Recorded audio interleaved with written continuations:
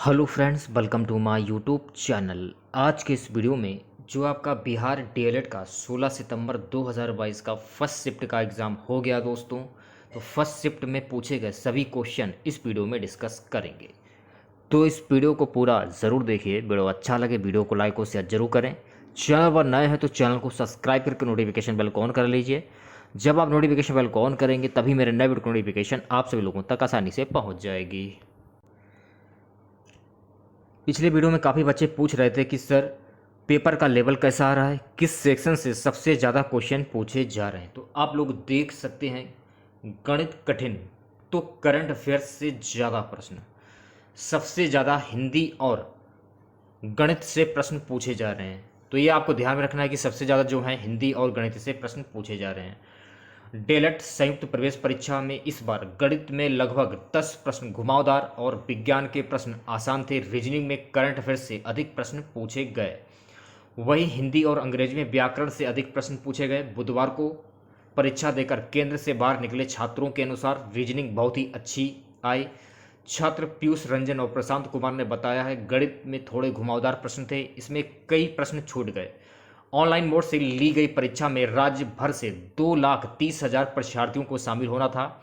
पहले दिन 30,000 से अधिक परीक्षार्थी शामिल हुए। इस परीक्षा के लिए राज्य भर से 50 परीक्षा केंद्र बनाए गए।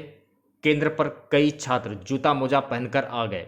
उन्हें केंद्र के बाहरी जूता मोजा खुलवा दिया गया। तो देख सकते हैं आप लोग, परीक्षार्थियों ने बताया है कि कुल 150 प्रश्न थे। हर प्रश्न के लिए 3-3 अंक निर्धारित थे। कुल 450 अंक निर्धारित थे। सबसे ज़्यादा सामान्य हिंदी और गणित के लिए 30-30 प्रश्न के लिए 90-90 अंक निर्धारित थे। विज्ञान में 20 प्रश्न के लिए 60 अंक, सामाजिक अध्ययन के लिए 20 प्रश्न के लिए 60 अंक, सामान्य अंग्रेजी के 25 प्रश्न के लिए 75 अंक और रीजनिंग के लिए 25 प्रश्न के लिए 75 अंक निर्धारित हैं। सो गाइस, पहला क्वेश्चन पूछा गया था वाट बराबर वोल्ट इंटू डैश। तो वाट बराबर वोल्ट इंटू होता है एम्पियर। वाट और वोल्ट्स के बीच अंतर होता है। वाट के बीच एक कड़ा अंतर यह है कि वोल्ट संभावित अंतर और इलेक्ट्रोमोटिव बल की एसआई इकाई है, जबकि वाट शक्ति की एसआई इकाई को मापता है। वोल्ट और वाट दोनों एक दूसरे से संबंधित हैं। वोल्ट आपूर्ति स्रोतों या विद्युत उपकरणों के वोल्टेज के संभावित अंतर को मापता है। तो इस क्वेश्चन से आप लोगों को इतनी जानकारी प्राप्त हो जाती है। अगला क्वेश्चन पूछा गया था ऊर्जा रूपांतरण की दर को क्या कहते हैं। तो इस क्वेश्चन से रिलेटेड एक्स्ट्रा फैक्ट जानेंगे। किसी संकाय सिस्टम की कार्य करने की क्षमता को ऊर्जा कहते हैं। किसी संकाय पर काम करके या उसके द्वारा काम कराकर ही उसकी ऊर्जा को बदला जा सकता है, क्योंकि ऊर्जा वह राशि है जो संरक्षित कन्वर्ट होती है। ऊर्जा तरह तरह के रूपों में पाई जाती है और भिन्न भिन्न प्रकार की ऊर्जा का परस्पर परिवर्तन किया जा सकता है। किसी प्रकार की ऊर्जा कहीं उपयोगी है तो किसी प्रकार की कहीं और। उदाहरण के लिए कोयले में संचित रासायनिक ऊर्जा को जलाकर उसमें ऊष्मीय ऊर्जा प्राप्त की जा सकती है। इस ऊर्जा से पानी को उबालकर वाष्प बनाकर उसमें भाप से टरबाइन चलाकर इसे यांत्रिक ऊर्जा में बदला जा सकता है। इसे टरबाइन से कोई विद्युत जनित्र चलाकर इस यांत्रिक ऊर्जा को विद्युत ऊर्जा में बदला जा सकता है। इस विद्युत ऊर्जा से प्रकाश बल्ब जलाकर प्रकाश ऊर्जा प्राप्त की जा सकती है। अगला क्वेश्चन पूछा गया था लैक्टिक एसिड का रासायनिक सूत्र क्या होता है। तो जान लेते हैं इस क्वेश्चन से रिलेटेड।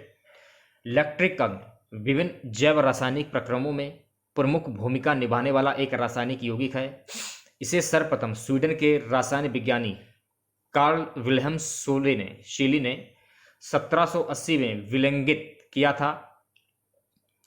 लैक्टिक अम्ल एक कार्बोक्सिलिक अम्ल है जिसका अणुसूत्र C3H6O3 है।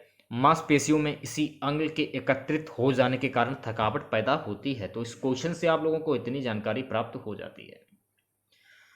अगला क्वेश्चन पूछा गया था गाइस कि भारतीय राष्ट्रीय कांग्रेस का कौन सा अधिवेशन गया बिहार में कब आया। राइट आंसर हो जाएगा 1922। बांकीपुर पटना कांग्रेस अधिवेशन 1912 में संपन्न हुआ था। यही सर्वप्रथम जवाहरलाल नेहरू का प्रवेश हुआ था। अगला क्वेश्चन पूछा गया था कि मानव मूत्र का पीला रंग डैश किस वजह से होता है? तो मानव मूत्र का जो पीला रंग है यूरोक्रोम की वजह से होता है। मूत्र का पीला रंग यूरोक्रोम वर्ण की उपस्थिति के कारण होता है, जो कि एक विघटन उत्पाद है। इसका निर्माण टूटी फूटी या पुरानी लाल रुधिर कणिकाओं के हीमोग्लोबिन के विघटन के परिणाम स्वरूप होता है। अगला क्वेश्चन, ध्वनि ऊर्जा को विद्युत ऊर्जा में बदला जाता है। तो ध्वनि ऊर्जा को विद्युत ऊर्जा में माइक्रोफोन के द्वारा बदला जाता है। इस क्वेश्चन से रिलेटेड एक्स्ट्रा फैक्ट जान लेते हैं। कुछ विद्युत उपकरण चालू होने पर ध्वनि उत्पन्न करते हैं। कुछ उपकरणों में ध्वनि उत्पन्न होने से कानों में जलन हो सकती है। उपरोक्त सूचीबद्ध उदाहरण की एक संक्षिप्त व्याख्या विद्युत ऊर्जा ध्वनि ऊर्जा को इस खंड में दिया गया है। सो गाइस, एक क्वेश्चन व्रत की परिधि से रिलेटेड पूछा गया था। परिधि एक शब्द है जिसका उपयोग किसी वृत्त की सीमा की लंबाई का वर्णन करने के लिए किया जाता है। पृथ्वी को आकार में गोलाकार माना जाता है और इसलिए इसकी त्रिज्या, व्यास और परिधि होती है। पृथ्वी की परिधि किलोमीटर या मील में मापी जाती है। इसे भूमध्य रेखा के चारों ओर और ध्रुवों के चारों ओर मापा जाता है, जो अलग अलग मान देते हैं। गणना व्यक्तिगत रूप से इसे की जाती है। अगला क्वेश्चन देख लीजिए। अगला क्वेश्चन पूछा गया था, नील विद्रोह कहाँ हुआ था? तो नील विद्रोह बंगाल में हुआ था। 1859 में बंगाल में गर्मियों के दिन थे, जब हजारों रैयतों किसानों ने यूरोपीय प्लांटर भूमि और नील कारखानों के मालिकों के लिए नील उगाने से इनकार कर दिया था। यह रोष और निराधार संकल्प का प्रदर्शन था। यह भारतीय इतिहास के सबसे उल्लेखनीय किसान आंदोलनों में से एक बन गया। इसे नील विद्रोह के नाम से भी जाना जाता है। अगला क्वेश्चन पूछा गया था, चूने का पानी सफ़ेद क्यों हो जाता है? तो चूने का पानी सफ़ेद CO2 के कारण हो जाता है। इस क्वेश्चन से रिलेटेड एक्स्ट्रा फैक्ट जान लेते हैं। चूने के पानी से भरी टेस्ट ट्यूब में फूंक मारने से चूने के पानी का रंग दूधिया हो जाता है, क्योंकि फूंक के साथ निकली कार्बन डाइऑक्साइड गैस चूने के पानी के साथ क्रिया करके यह अविलय कैल्शियम कार्बोनेट बनाती है। अगला क्वेश्चन पूछा गया था, रेगिस्तान में पाई जाने वाली वनस्पति को क्या कहते हैं? तो रेगिस्तान में पाई जाने वाली वनस्पति को जीरोफाइट्स कहते हैं। इस क्वेश्चन से रिलेटेड एक्स्ट्रा फैक्ट जान लेते हैं। रेगिस्तान में प्राकृतिक वास करने वाले पौधों को जीरोफाइट्स यानी शुष्क भूमि के पौधे कहते हैं। रेगिस्तानी वनस्पतियों का वर्गीकरण 3 मुख्य अनुकूलन प्रवृत्ति के आधार पर गूदेदार, सूखा सहनशील और सूखे से बचाव के आधार पर किया जाता है। इनमें से प्रत्येक भिन्न अनुकूलन के लिए प्रभावी हैं। अगला क्वेश्चन पूछा गया था, वाशिंग सोडा क्या है? तो वाशिंग सोडा है हाइड्रेटेड सोडियम कार्बोनेट। इस क्वेश्चन से रिलेटेड एक्स्ट्रा फैक्ट जान लेते हैं। सोडियम कार्बोनेट एक अकार्बनिक यौगिक है। इसका रासायनिक सूत्र Na2CO3 है। इसे धावन सोडा या धोने का सोडा भी कहते हैं। यह एक सामान्य लवण है जिसका जलीय घोल जो क्षारीय होता है, इसलिए इसका उपयोग कपड़े धोने के लिए किया जाता है। अगला क्वेश्चन पूछा गया था, न्यूट्रॉन पर कौन सा आवेश होता है? तो न्यूट्रॉन पर उदासीन कोई आवेश नहीं होता है। प्रोटॉन के पास एक धनात्मक आवेश होता है और इलेक्ट्रॉन के पास समान ऋणात्मक आवेश होता है। प्रोटॉन की खोज गोल्डस्टीन द्वारा की गई थी।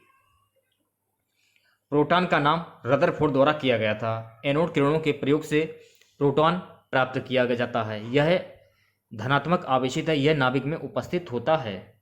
इसका आवेश +1.6 × 10⁻19 कूलाम और द्रव्यमान 1.672 × 10⁻27 किलोग्राम या 1.00727 U के बराबर होता है।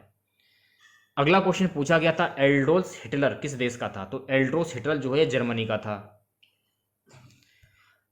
एडोल्फ हिटलर 20 अप्रैल 1889 से 30 अप्रैल 1945 एक जर्मन शासक थे। वे राष्ट्रीय समाजवादी जर्मन कामगार पार्टी NSDAP के नेता थे। इस पार्टी को प्राय नाजी पार्टी के नाम से जाना जाता है। सन 1933 से सन 1945 तक वह जर्मनी के शासक रहे। अगला क्वेश्चन पूछा गया था, भारत का विभाजन कब किया गया था? तो भारत का विभाजन माउंटबेटन योजना के तहत 1947 में किया गया था। इस क्वेश्चन से रिलेटेड एक्स्ट्रा फैक्ट जान लेते हैं। भारत का विभाजन माउंटबेटन योजना के आधार पर निर्मित भारतीय स्वतंत्रता अधिनियम 1947 के आधार पर किया गया। इस अधिनियम में कहा गया है कि 15 अगस्त 1947 को भारत व पाकिस्तान अधिराज्य नामक 2 स्वामित्व निवेश बना दिए गए जाएंगे। ब्रिटिश सरकार सत्ता सौंप देगी। एक क्वेश्चन आपका ग्रीन हाउस गैस से रिलेटेड पूछा गया था। तो ग्रीन हाउस गैस क्या होती है जान लीजिए आप लोग। ग्रीन हाउस गैसें ग्रह के वातावरण या जलवायु में परिवर्तन और अंततः भूमंडलीय ऊष्मीकरण के लिए उत्तरदायी होती है। इनमें सबसे ज़्यादा उत्सर्जन carbon dioxide, nitrous oxide, methane, chlorofluorocarbon, वाष्प, ओजोन आदि करती हैं। कार्बन डाइऑक्साइड का उत्सर्जन पिछले 10 से 15 सालों में 40 गुना बढ़ गया है। दूसरे शब्दों में औद्योगिकीकरण के बाद से इसमें 100 गुना की बढ़ोतरी हुई है। इन गैसों का उत्सर्जन आम प्रयोग के उपकरणों, वातानुकूलक, फ्रिज, कंप्यूटर, स्कूटर, कार आदि से होता है। कार्बन डाइऑक्साइड के उत्सर्जन का सबसे बड़ा स्रोत पेट्रोलियम ईंधन और परंपरागत चूल्हे हैं।